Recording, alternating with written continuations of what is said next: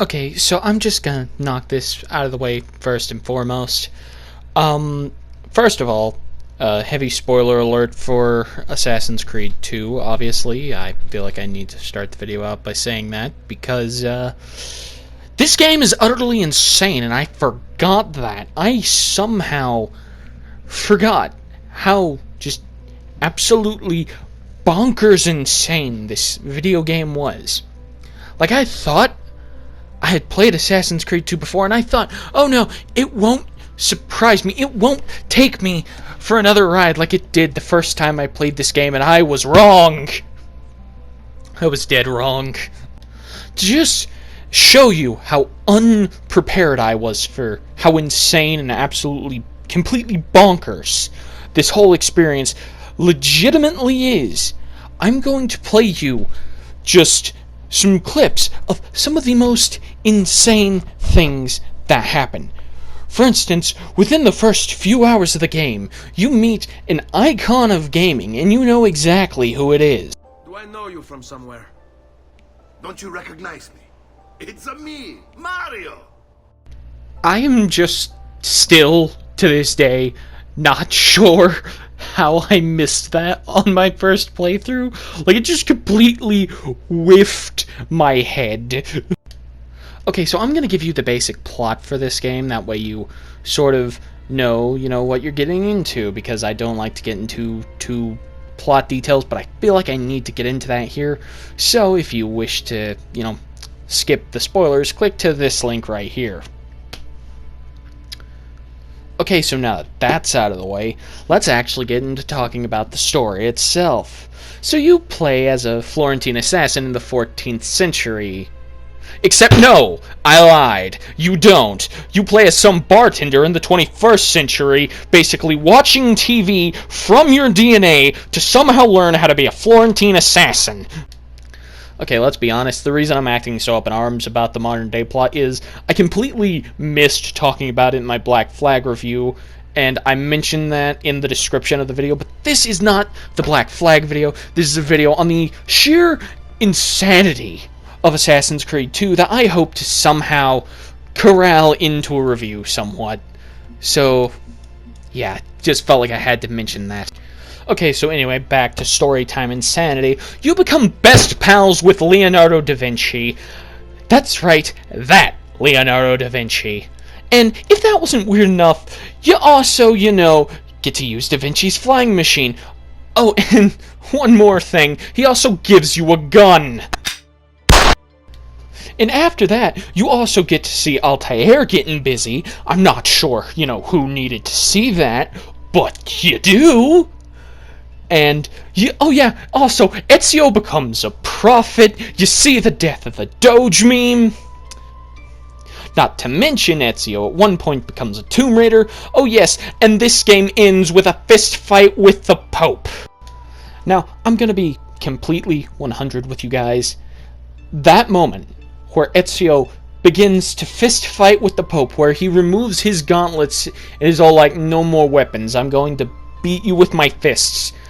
That is when my brain fully snapped in half on my original playthrough. This was my Gohan moment of when I realized how insane this game story just actually was. It's completely bonkers, and I love it. Like, if you don't like the fact that this game ends with Leonardo's best friend having a fist fight with the Pope in the 14th century, my friend, I think I despise you, because this is amazing. You just don't make video games like this anymore. I still struggle to find stories that are this insane. But that's about as far in as I want to dive into the story, as this is not a recap, this is not an analysis, this is just the one time I have felt the need to actually mention and talk in depth this much about a game's story, which, yeah, I didn't talk about it much, but it's also, this reveals to you the kind of stories that I love, the kind of stories that I could sit and eat popcorn to for weeks on end and never get bored. Okay, so we need more games like Assassin's Creed 2. We do. We need them. Like, if you don't play this game for the gameplay or anything else. Play it for the story alone. It's utterly insane, and I love it.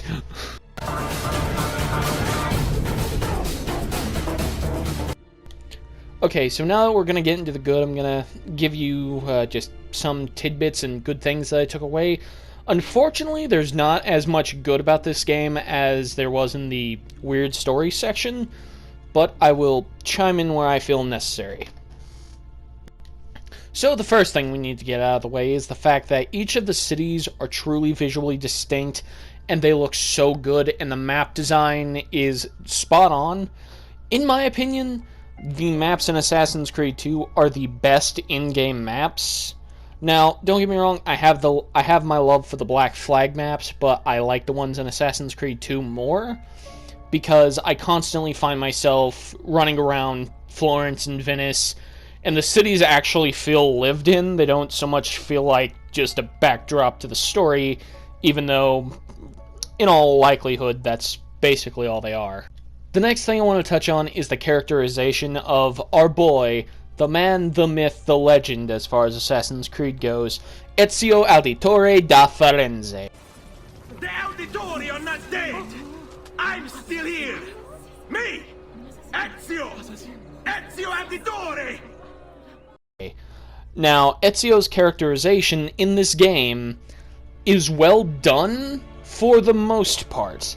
However, it has its dips in quality, but for the most part, it's not like an Arno situation where the first act, yes, he's his own character, he's a good character, and once he gets the assassin robes, becomes basically a blank slate that occasionally makes a witty quip.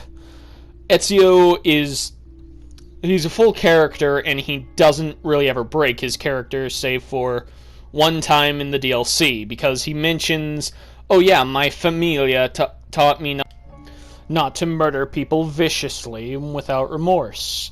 When, yeah, there's a moment where Mario sort of, shakes Ezio down and is like, yo, cut it out, respect the dead and all.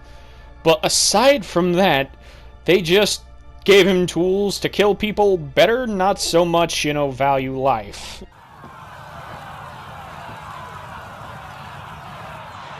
Silenzio!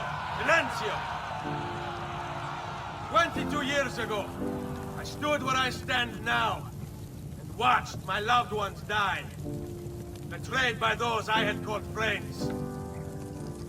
Vengeance clouded my mind. It would have consumed me, were it not for the wisdom of a few strangers, who taught me to look past my instincts. They never preached answers, but guided me to learn from myself.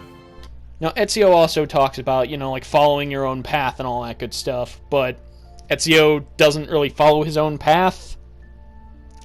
It's more he does whatever the other assassins tell him in this game. It makes more sense in Brotherhood, honestly. But that is getting more into the story stuff of the game, which I would not really want to get into, because that is a bit of a spoiler, and I am sorry, but it's one moment that I'm just like, I feel like I should mention it here, as it's probably the only time Ezio really breaks his character mold that he has. Now, if you parry a guard properly, you will also get like these super cool special takedowns, and they're very well animated, but the series does these better moving forward. However, I can see that they're still in their early phases here, but they all look really nice.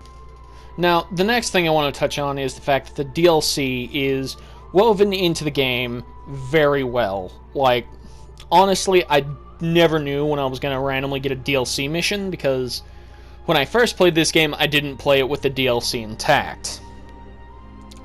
That being said, what I will say is Memory Sequence 13, I believe, is one of the last ones. But after you finish it, it walls off your progress like it does throughout the normal story campaign. And it's like, oh, you can't do that? No. You gotta get all the codex pages. Ezio had them at this point.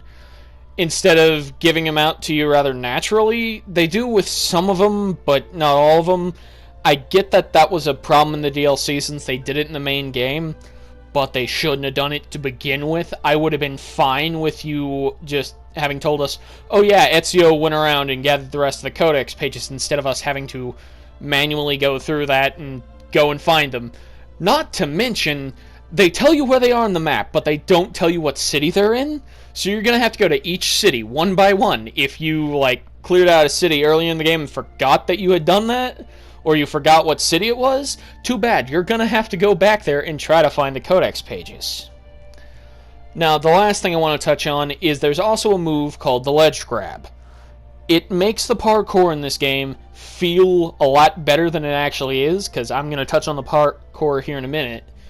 But thanks to the ledge grab, the parkour feels very similar to Unity, where you have to press several buttons, not just hold R2 and go forward. It's a bit more intuitive than that, because you actually feel like you're controlling Ezio's fingers, and by pressing a certain button, you're telling him to grab onto a ledge. It's very cool, and it's something I really want the Assassin's Creed series to just bring back, because I miss it, and it's an amazingly fun move to use.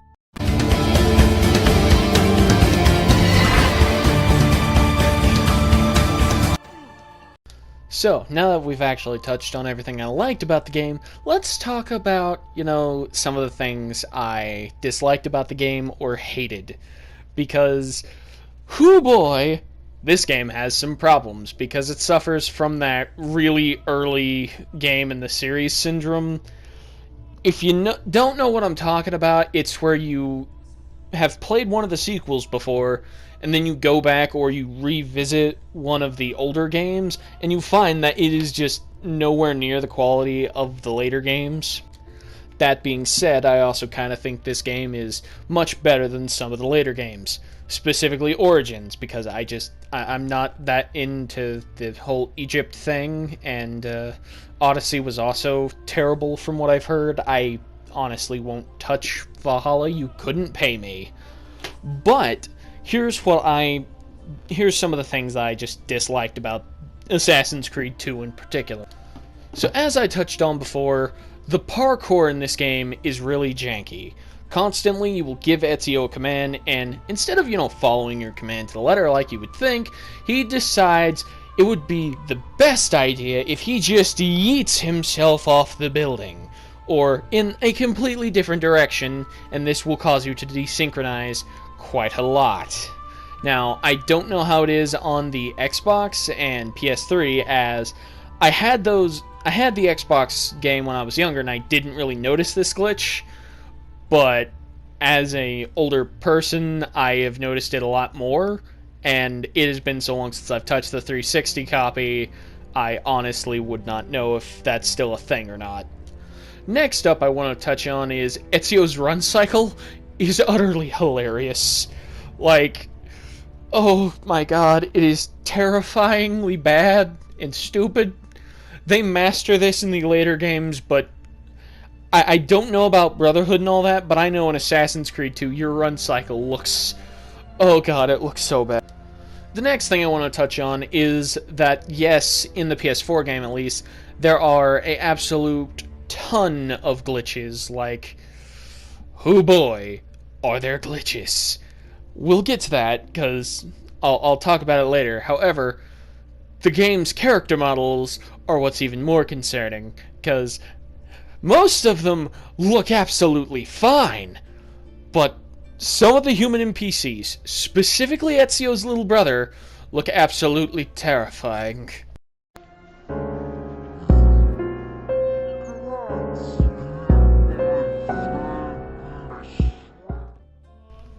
Now, the last thing I want to touch on is the amount of glitches that there are, at least in the PS4 version of this game, because there are a absolute ton, as I've said before, and I decided, instead of going through each one and telling you, I'm just going to, give you a whole compilation of all the ones that I personally encountered, except for the notorious NPC glitch, because I did encounter that one on this previous playthrough, but I was not able to get a screenshot of it, and I hate it. But these are just the big ones that I encountered throughout my playthrough.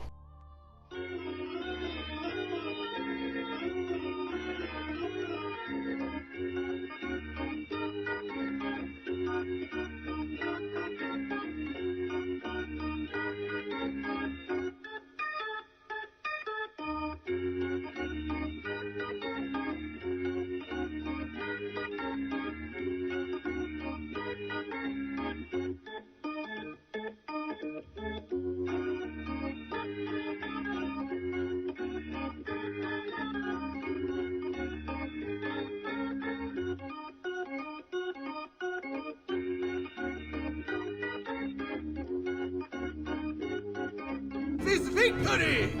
I am glad for you and your men, Bartolomeo, but I cannot join. I fear my work has just taken a rather strange turn. What do you mean? Silvio wasn't looking to replace Marco as Doge. He was about to leave Venezia, in fact. This whole thing was just a distraction. Why? That is what I need to find out.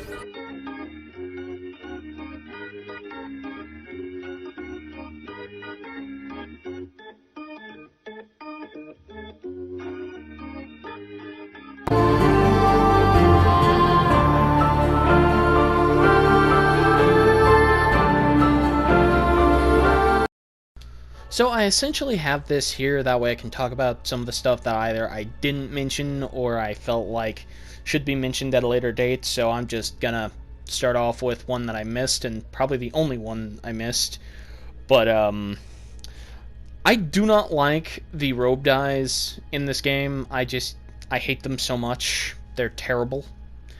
Like, the only good one is the one that you get from Uplay, and I'm not sure if you can get that on the original PlayStation 3 and 360 releases of this game, but I know it comes with the Ezio collection, so if you're going to play this game, I guess it would be best to get the Ezio collection.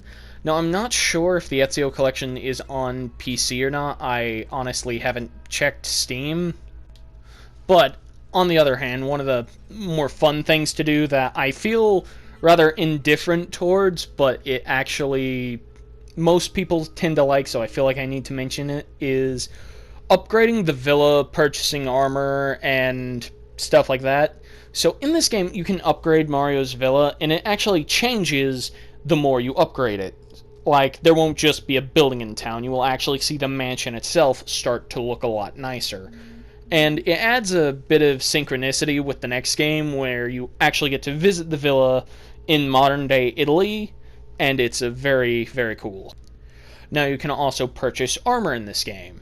Now, it basically upgrades your health and all that, gives you like an extra hit point or two, but you can find Altair's armor in the game, which, yeah, it's cool. I just have one problem with it, and that's the fact that, number one, the only problem I really have with the armor is the fact that we never see Altair wear anything even similar to something like that. We only ever really see him in his assassin robes. The next thing I want to touch on is that there are extra weapons in this game. You're not just limited to your swords or your hidden blades. There are also things like daggers, which are utterly useless. However, they do have some interesting takedown animations if you time the parry right, so I guess that's why they're there. But they don't really serve a purpose, and you're better off with just using your sword or, the gun. One of the final things I want to touch on is the cape system. Now, if you look at Ezio's character design, you will notice that he has a bit of a cape on him. So there are three main capes in the game that you can acquire. There's the Florence cape, the Venice cape, and the Auditore cape, as well as a fifth one, which is the one that you're given from the start that has no effect. Now, each cape allows you to essentially have a type of immunity where guards are slightly nonchalant about your actions. They tend to care less about what you do unless you cause, like, major disturbances, like, mass murder and all that good stuff. But they'll be more hesitant to come after you, is what I'm saying. However, if you get the Auditore cape from collecting all 1,000 of the feathers that are out there, I honestly can't remember. I never do the quest anyway, because, in my opinion, the reward is absolutely hilarious. Because what happens, you see, the Auditore cape attracts everyone to you because you're a known criminal, and you're bearing the Auditore sigil. I find it hilarious, but I think the cape looks nice. But I still can't get over, like, just how funny of, like, a reward that is. But yeah, do not get the feathers. Like, avoid them unless you're one of those completionist types that have to complete a game. But if you're just playing casually, don't even bother with the feathers. Okay, so the last thing I want to touch on before moving on to my overall thoughts is the music in this game, as it, in my opinion, has one of the best soundtracks of any Assassin's Creed game. I would even go as far as to say it's almost on par with Assassin's Creed Black Flag, if not a little bit below it, because this one doesn't have the amazing sea shanties. However, I would like to give you all a listen to 3 of my favorite tracks from this soundtrack.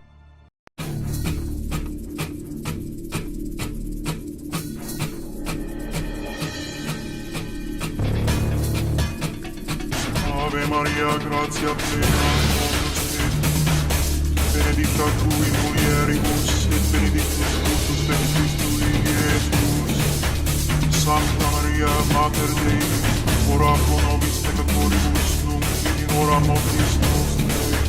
Amen.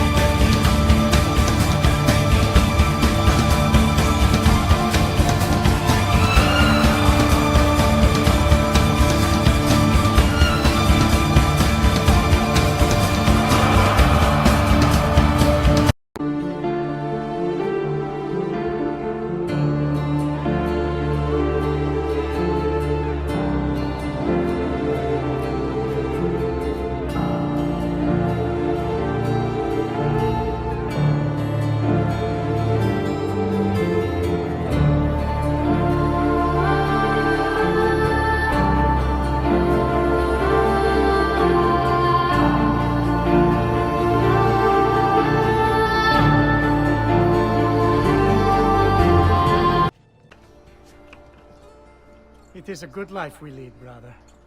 At best, may it never change. And may it never change us.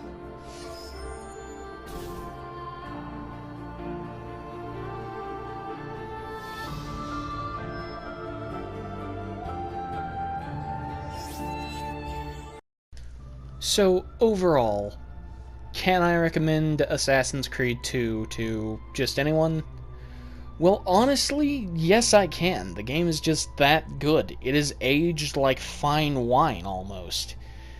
I mean, so long as you haven't played the later games and can deal with a little bit of that earlier game in the series syndrome, the game, honestly, is amazing. It is, to many people, the perfect Assassin's Creed game, and I can see why.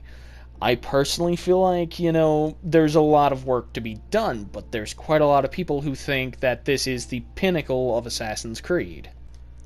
Then again, I can't really blame someone for thinking that this is the best of the Assassin's Creed games.